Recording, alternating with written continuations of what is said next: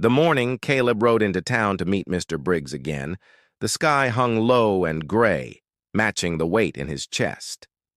The decision had clawed at him all night, leaving little rest. Every time he closed his eyes, he saw his mother's frail face, the bank's stamped notices piled on the kitchen table, and his father's grave by the sycamore tree. Pride had to bow to survival. He told himself that much, over and over, as he tied his horse to the post outside the bank. Inside, Harlan Briggs was waiting, smiling like a man who already owned the answer. "I thought you'd come around," he said smoothly, motioning Caleb to sit. "You're doing the right thing, son. Smart choice." Caleb ignored the compliment. His jaw was tight, his hat gripped in his hands. "I'll meet her," he said simply. "But don't call it a choice." Briggs chuckled. "Call it what you will, Turner, but it'll save your ranch." He slid a folded note across the desk. "Mrs. Hayes will be expecting you this evening." That evening, Caleb rode the long trail east, where the hills softened into meadows and fences turned to white pickets. The Hayes estate stood proud against the horizon, a grand two-story house with wide porches and manicured gardens that looked almost foreign to a rancher's eye. As he dismounted, he caught his reflection in the polished window, dusty boots, sunburned face, and hands calloused by work. He felt like a man from another world. A maid opened the door and led him into a parlor that smelled faintly of lavender and old wood. He had expected opulence, but what he found was quiet simplicity, books on every shelf, a piano by the window, and a vase of wildflowers instead of roses. Then she entered. Eleanor Hayes was not what he expected either. She was tall, graceful, with streaks of silver through her chestnut hair. Her face was calm, but her eyes, gray, sharp, and deeply observant, seemed to study him like she already knew his story. "Mr. Turner," she greeted softly. "You've come a long way." He nodded stiffly. "Yes, ma'am. I suppose you know why." "I do." She gestured for him to sit, though he remained standing. "Mr. Briggs explained your situation and mine." Caleb frowned. "Yours?" Eleanor folded her hands. "I've been alone for nearly 8 years. My late husband left me comfortable, but comfort isn't the same as peace. I have no family left and no desire to remarry for appearance's sake. I want companionship, someone honest, someone who understands work and silence." Her words were plain, but there was a kind of sorrow beneath them, a loneliness that mirrored his own. Caleb swallowed. "And in exchange, you'll pay my debts?" She met his gaze directly. "I will settle what is owed and make sure the ranch stays in your name." "But I don't buy people, Mr. Turner. I'm offering partnership, not ownership." The words caught him off guard. He had expected cold calculation, maybe pity. But she spoke with quiet dignity, without the cruelty of condescension. Still, the idea of marrying a woman nearly twice his age, one the whole town would gossip about, felt like swallowing glass. He stood there for a long moment, staring at the floorboards, the clock ticking between them. Finally, he spoke. "I don't know how to be anyone's husband, Mrs. Hayes, but I know how to work. I'll treat you with respect, and I'll hold my end of the bargain." Eleanor smiled faintly. "Respect is more than most begin with." She extended her hand. "Then we have an agreement." Caleb hesitated before taking it. Her hand was warm, steady, stronger than he expected. When he rode home that night, the wind felt colder, sharper. He told his mother the news over supper. Her eyes filled, not with joy, but relief. "You did what your father would have done," she whispered. Caleb looked out the window at the dying light. Somewhere in that quiet darkness, a strange new path had been set before him. He had agreed to a marriage without love, to a future he couldn't yet picture, but for the first time in months, the ranch and his family might have a chance to live again. The wedding day came sooner than Caleb expected. In a small town like Willow Creek, News traveled faster than the river after rain. Within a week, whispers had spread from the church steps to the general store, twisting the story into something cruel and curious. "The young rancher's marrying the widow Hayes," they said. "For her money, of course."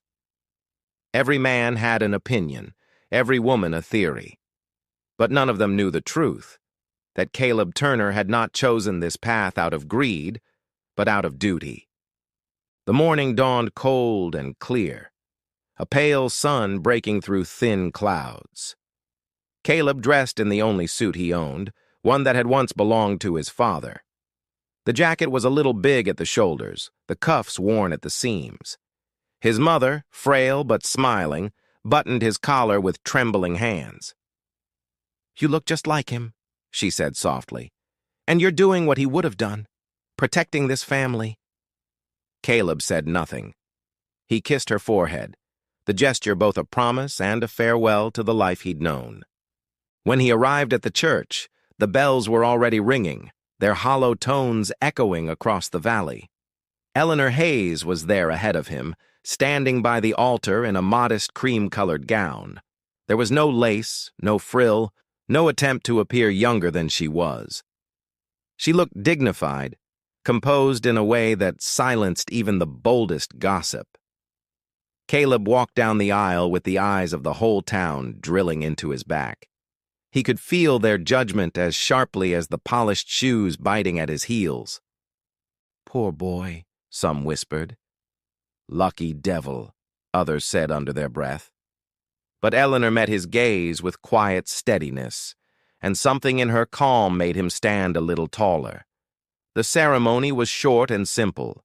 The pastor, an old friend of Eleanor's late husband, read the vows with a voice that trembled just slightly.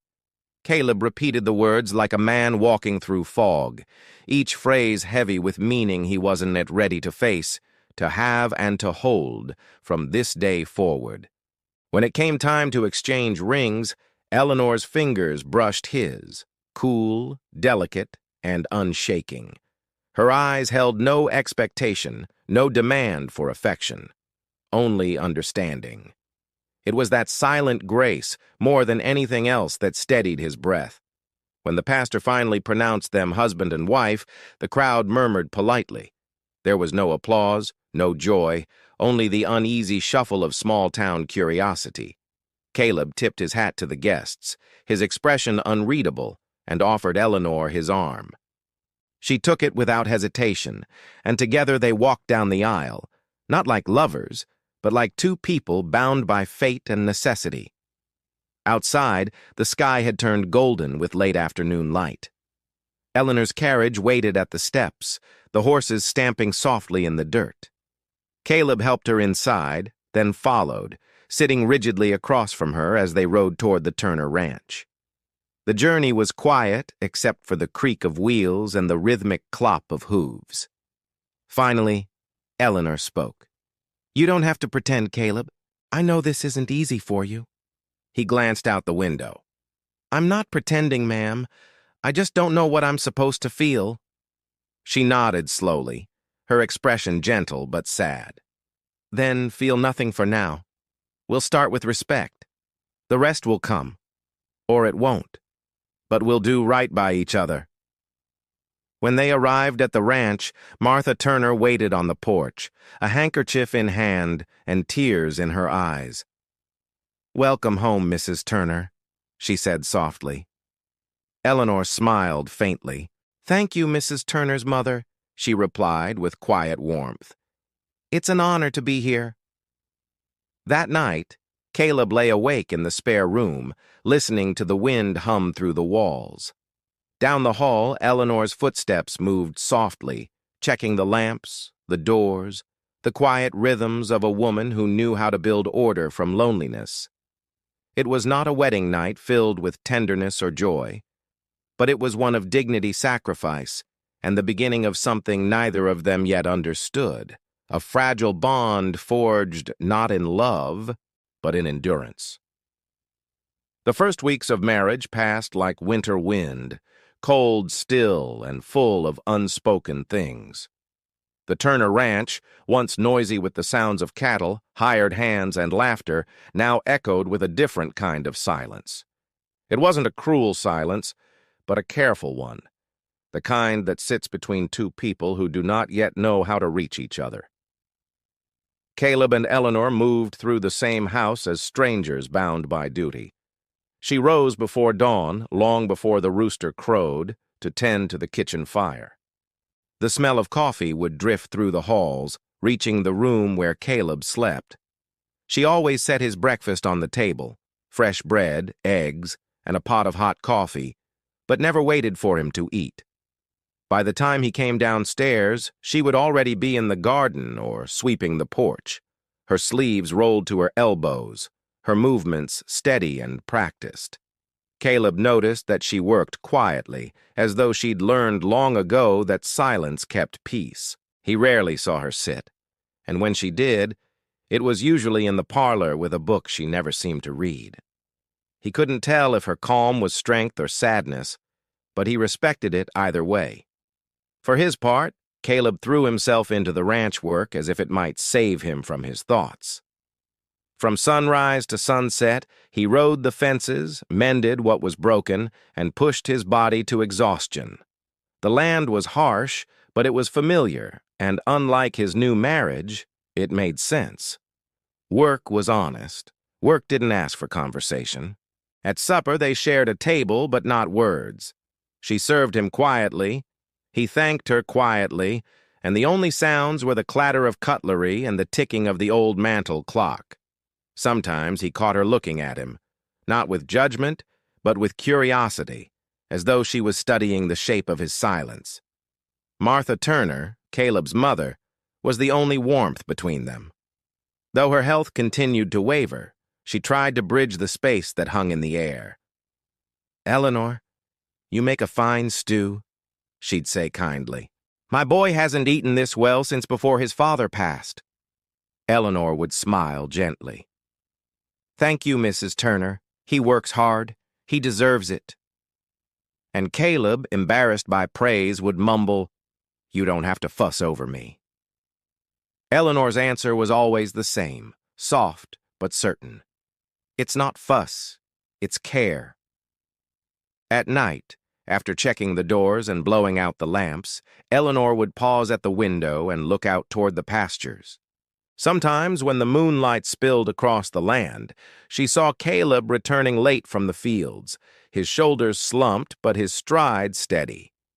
She would watch until he entered the barn, until the lantern light flickered out, and then she'd retreat to her room, alone, as she had been for years before him. Days turned into weeks. The neighbors began to gossip less, though the occasional glance still followed them in town. Caleb learned to ignore it. What mattered was the ranch. It was surviving again. The bills were paid. The cattle were healthy. The barns were repaired. Eleanor had quietly managed the accounts, balancing numbers Caleb could barely make sense of. One evening, he found her sitting by the fire, ledger open, her brow furrowed in concentration. "You've been keeping the books," he said, surprised. She looked up calmly. "I've run larger businesses before, Mr. Turner. I thought I could help." He hesitated, then nodded. "You have." It wasn't gratitude spoken easily, but it was real. When he turned to leave, she said softly, "You can call me Eleanor, you know. You don't have to keep calling me ma'am." He paused, his back to her. "Maybe when it feels right," he murmured, and stepped outside. That night, for the first time, the house didn't feel quite so cold. The silence remained, but it had changed. It was no longer empty. It was the silence of two souls learning to breathe in the same space, careful not to disturb what might someday become understanding. Winter came early that year. The nights grew longer, the winds sharper, and the ranch seemed to shrink beneath layers of frost. Caleb worked harder than ever, pushing himself through the cold to make sure the cattle survived the storms. He rode through blizzards, broke ice in the troughs, and hauled hay until his muscles burned. Every evening he came home with frozen hands, and a silence so deep it seemed to seep into the walls. Eleanor watched from the window as he returned each night, tired, pale, and stubborn. She wanted to say something, anything, but her years had taught her restraint. She had once tried to care for a man who refused to be cared for, and that lesson had been burned deep into her heart. So, she stayed quiet, offering her concern in small, invisible ways. His gloves were always dry and mended. His favorite meal waited warm on the stove. A lamp was left burning in the front window until he returned. But one stormy night, everything changed. Caleb didn't come home by sunset. The snow fell thick and fast, piling against the windows, and Eleanor's worry grew heavier with each passing hour. Martha Turner sat near the fire, her knitting forgotten in her lap. "He should have been back by now," she murmured.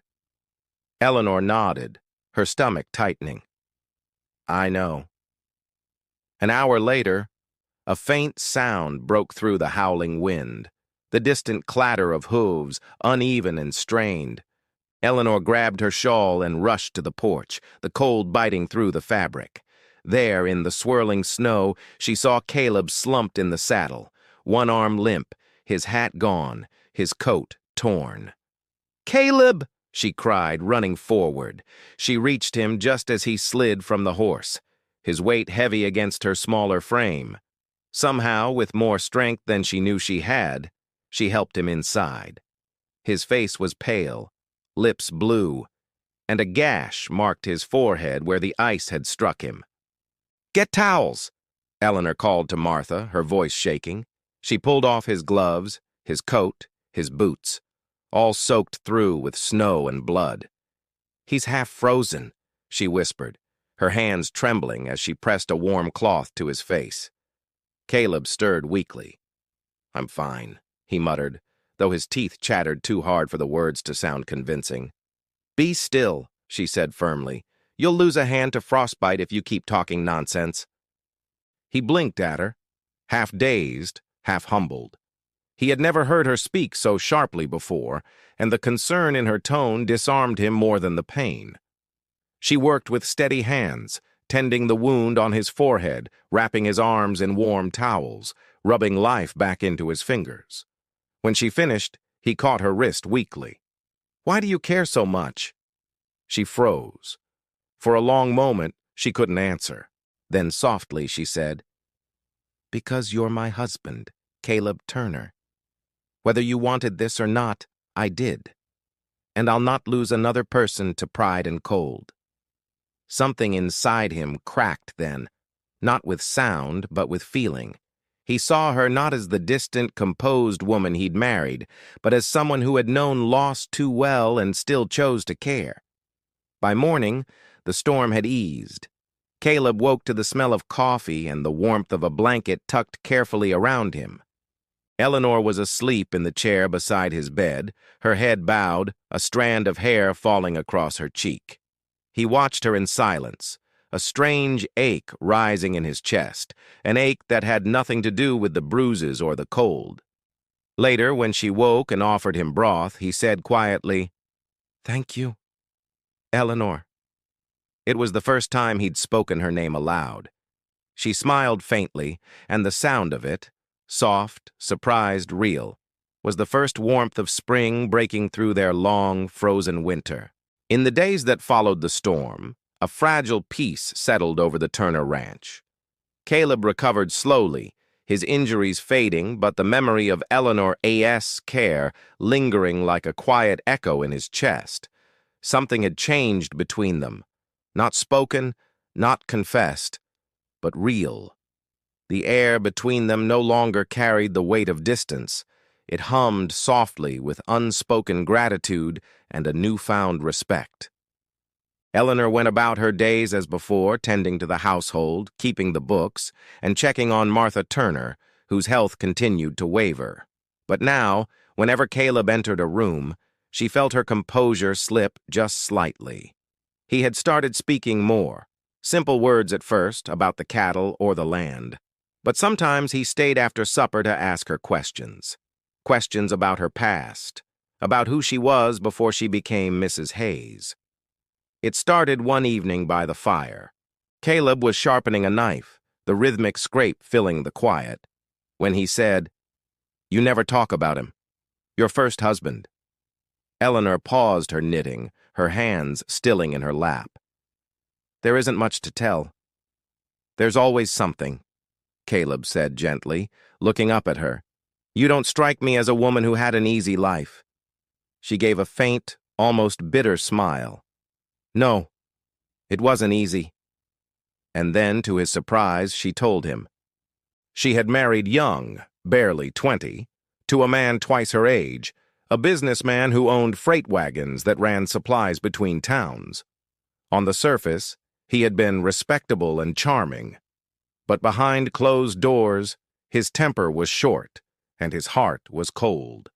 She learned to measure her words, to keep her voice soft, and to survive days when silence was her only protection. When he died suddenly of fever, she inherited everything: land, money, wagons, and loneliness. People whispered that she had been lucky, that she had planned it all. But she knew the truth. She had paid for her freedom in years of fear and quiet endurance. "I thought I'd sworn off marriage for good," Eleanor said, her voice calm but fragile. "And then Briggs came to me speaking of your situation. He said you were proud, desperate. I told myself I was helping, but I suppose I was lonely too." Caleb listened quietly, his chest tightening. He had always imagined her as a woman untouched by hardship, someone who had always been in control. But now he saw the strength beneath her gentleness, the courage in the way she carried her past without letting it harden her. "I'm sorry," he said finally, his voice low. "You didn't deserve any of that." Eleanor looked at him with soft eyes. "Most of us live with things we didn't deserve, Caleb. What matters is what we build afterward." That night he couldn't sleep.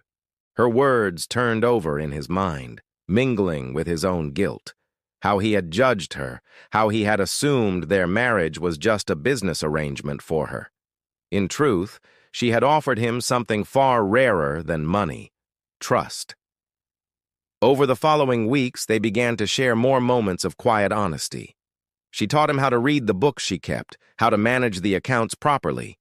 He, in turn, began repairing things for her: the squeaky hinge on her window, the latch on the barn door, the steps that creaked on the porch. Each small act carried a kind of tenderness neither dared to name. One afternoon, she caught him smiling as she scolded him for working with his bandaged hand. "What's so amusing?" she asked, folding her arms. He shrugged lightly. "You sound like my ma." She laughed, a soft, unguarded sound that filled the house like sunlight breaking through a long storm. From that day forward, Caleb saw her differently, not as the widow he had married out of obligation, but as a woman who had survived, who had chosen kindness when life had given her every reason to grow bitter. And in the quiet of those winter evenings, he began to realize something dangerous and tender. He no longer pitied her nor simply respected her. He was beginning to care. Spring came to Willow Creek like a quiet miracle. The snows melted into silver streams that ran down the hills, and the fields turned from brown to green again. For the first time in years, laughter, small, hesitant laughter, began to return to the Turner Ranch. The months that followed marked a gentle transformation, not just of the land but of the people who lived upon it. Caleb and Eleanor, once two strangers bound by duty, were slowly learning to move in step with each other. What had begun as an arrangement of necessity was softening into something genuine, something warm. Each morning, Eleanor would join Caleb outside, her skirts brushing against the damp grass as she carried a basket of feed. At first, he had tried to stop her, insisting the work was too hard for her hands, but Eleanor was nothing if not persistent. "I've lived through harder than a chicken yard," she said with a teasing smile one morning. "You'll not scare me off with mud and feathers." He couldn't argue with that. Side by side, they worked the land, mending fences, planting seeds, nursing weak calves. Caleb noticed how she never complained, even when the sun burned hot on her neck or when her back ached from bending over the fields. She worked like someone who found peace in effort, and her quiet endurance humbled him. In turn, Eleanor learned the rhythm of Caleb's silences. She began to understand that his quiet wasn't coldness. It was his way of thinking, of feeling. He wasn't a man of words, but his actions spoke volumes. The way he built her a small bench by the garden so she could rest her knees, or how he left a fresh wildflower in her kitchen vase after long days apart. The house itself seemed to change with them. Martha Turner, though frailer by the day, watched their growing closeness with peaceful eyes. Sometimes she'd smile knowingly as they shared supper, noticing how Caleb looked at Eleanor now, not with obligation, but with admiration. Summer followed, bringing long golden days and warm, starry nights. The ranch began to thrive again under their shared care. Eleanor handled the books and the workers with calm authority, while Caleb earned the respect of neighboring ranchers with his honest dealings. When the first calf season brought more births than losses, Caleb came to her on the porch, his hat in his hands, a rare grin lighting his face. "We did it," he said simply. Eleanor looked out across the fields, her voice soft. "No, Caleb, you did it." He shook his head. "Not alone." Their hands brushed as they leaned on the porch rail. Neither pulled away. For a long while they stood together in comfortable silence, the kind that needed no filling. The distance that had once felt like a canyon between them had narrowed to a heartbeat-s space. As the months passed, the townsfolk began to see what gossip had hidden, the truth of them. The young rancher and the older widow were not a scandal or a joke, but partners who had built something real from ruin. When they came into town together, people nodded with respect instead of whispering behind their backs. One autumn evening, after a long day of harvest, Caleb and Eleanor sat watching the sunset over the hills. The sky burned in shades of orange and gold, and the wind carried the scent of cut hay. "You ever think you'd end up here?" Caleb asked quietly. Eleanor smiled faintly. "No. I thought my life was finished before I met you. Now I think maybe it was only beginning." He turned to look at her, the fading light catching in her eyes. For the first time, he didn't see the years between them, only the woman who had stood beside him through hardship and silence, through pride and thaw. And as the first stars appeared, he realized the truth that had been growing in him like spring beneath the frost. This woman, whom he had married out of desperation, had given him more than salvation.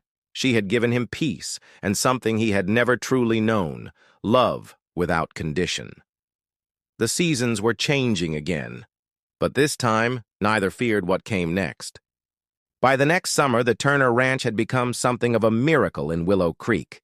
The land that once looked ready to give up now stretched wide and golden under the sun. The fences were strong, the barns full, and the cattle healthy. The transformation did not happen overnight. It was built day by day through Eleanor's quiet management and Caleb's tireless work. Yet for all their progress, the townsfolk's respect had been slow to follow. Old gossip dies hard in small towns. And for nearly a year, whispers still floated through the general store and down the church aisles. "He married her for money," they'd say. "Poor woman, buying herself a husband." Caleb ignored them, but the words cut deep. Not for himself, but for Eleanor. He saw how people hesitated when they spoke to her, their politeness a thin veil over judgment. Eleanor, however, met the whispers with grace. "Let them talk," she told him once, her tone calm as she folded laundry on the porch. "Words can't ruin what's already true." Still, Caleb burned with quiet anger. He wanted to defend her, to tell the world what kind of woman she really was. But he didn't have to. Life gave them the chance soon enough. That summer, drought hit the valley again. The rains that should have come in June never arrived, and by July, creeks ran dry. Ranchers who once mocked Caleb now found their herds starving, their wells empty. One by one, neighbors came knocking on doors looking for water, feed, or help. The Turner Ranch, thanks to Eleanor's careful planning, still had stores of grain and hay.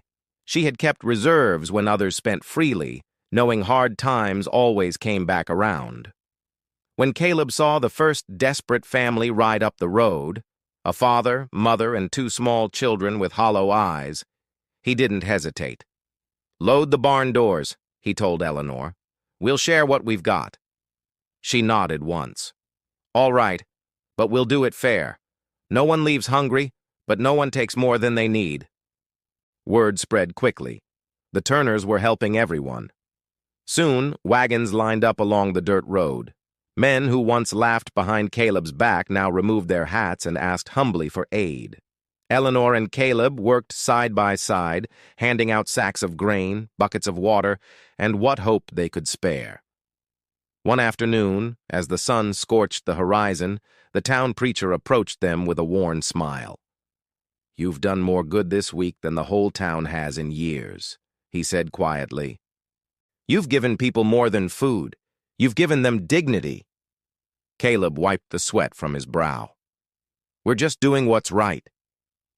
When the rains finally came weeks later, it felt like the whole town exhaled at once. The drought broke, and with it, something else broke too. The barrier between the Turners and their neighbors. The whispers died away, replaced by gratitude and respect. At the next Sunday service, the church pews were full. Caleb and Eleanor sat together near the back, as they always did, but this time the townsfolk turned to smile at them, not whisper. Mrs. Hargrove, who once refused to greet Eleanor, leaned over and said warmly, "You've got a good man there, Mrs. Turner." Eleanor smiled softly. "Yes," she said, glancing at Caleb. "I do." After the service, several ranchers came forward to thank them for their generosity. One even offered to help mend a fence line that had fallen. Caleb shook their hands, feeling something he hadn't in a long time: acceptance. As they rode home that day, Eleanor looked out over the green fields, the sunlight gilding her hair. "You see," she said quietly, "sometimes kindness is the only way to make people see who you really are." Caleb nodded, his voice low. "Maybe so, but I think they finally see what I've known for a while now." She turned to him, curious. "And what's that?" "That you're the heart of this place, Eleanor." She looked away then, her eyes glistening in the fading light. The town had changed, yes, but so had they. What began as a marriage of survival had grown into a partnership of grace and strength. And for the first time, Caleb realized that love didn't need to be shouted to be heard. It only needed to be lived. The months following the drought were quiet, peaceful ones. The Turner Ranch had not only survived, it had flourished. The cattle were strong, the crops abundant, and the once bleak home now pulsed with warmth. Yet the greatest change wasn't in the land or the town. It was in the bond between Caleb and Eleanor. What had begun as a marriage of necessity had deepened into something sacred, a quiet devotion that neither of them had expected, but both had come to cherish.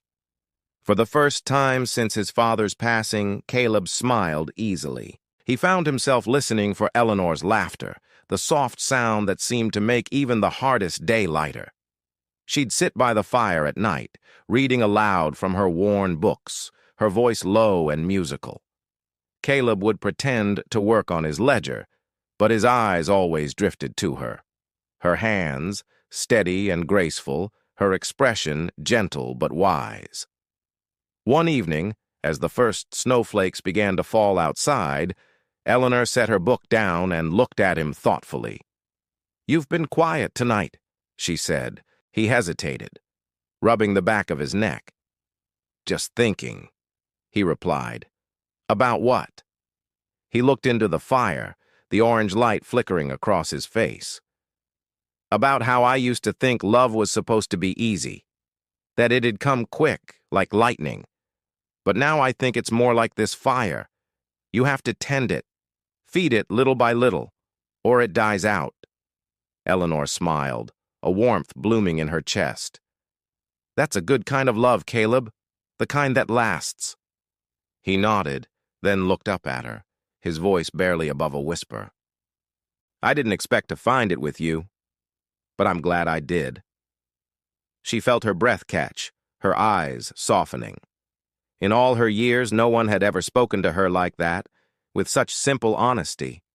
She reached over and took his hand, rough and strong, and held it between hers. For a long time, neither spoke. The silence between them was no longer awkward. It was full, alive with unspoken feeling. From then on, something shifted between them. They moved through their days with an ease that came only from deep trust. When Caleb rode out to mend fences or herd cattle, Eleanor would wait by the porch, a lantern glowing beside her. When he returned, tired and dust-covered, she'd meet him with a smile and a warm meal. And Caleb, who once thought love was something that demanded grand gestures, began to understand that it lived in the small things. How she mended his coat without being asked, how she placed wildflowers in a jar on the table, how she brushed her hand against his when passing him the bread. One cold January morning, Caleb awoke to find Eleanor ill. Her breath was shallow, her cheeks pale, her body weakened by fever. Panic gripped him like nothing he'd ever felt before. He sent for the doctor and sat by her bedside, holding her hand as the hours passed. "Don't you dare leave me," he whispered, his voice breaking. "Not after all this." When Eleanor finally opened her eyes, faint but smiling, she squeezed his hand weakly. "You've still got work to do, Mr. Turner," she murmured. "This ranch, and you, need more care than I've given yet." Tears stung his eyes as he kissed her forehead. "You've given me more than I ever deserved." She recovered slowly, and through her illness, the depth of their bond became undeniable. Caleb stayed by her side, reading to her, cooking for her, tending to her every need. It was then that the people of Willow Creek began to speak of them not as an odd match, but as something rare, a love that had grown from the hardest soil and bloomed despite every storm. When spring came again, Eleanor walked through the pasture arm in arm with Caleb. The land around them was alive with green, the air sweet with promise. She looked up at him and said softly, "You see, love doesn't measure itself by age or beauty or what people think. It measures itself by how much of your heart you're willing to give." Caleb smiled, his arm tightening around her shoulders. "Then you've given me more love than I ever thought I'd know." And in that moment, beneath the wide western sky, they both understood. They had built something that would last far beyond them. Years passed quietly on the Turner Ranch, each season folding gently into the next. The once young rancher was now a man of steady strength, his hair touched with gray at the temples, and the woman once called too old for him had become the steady heart of his world. Their lives had been built not on youthful passion, but on patience, respect, and a love that deepened like the roots of the oak tree outside their home. Silent, unseen, but unshakably strong.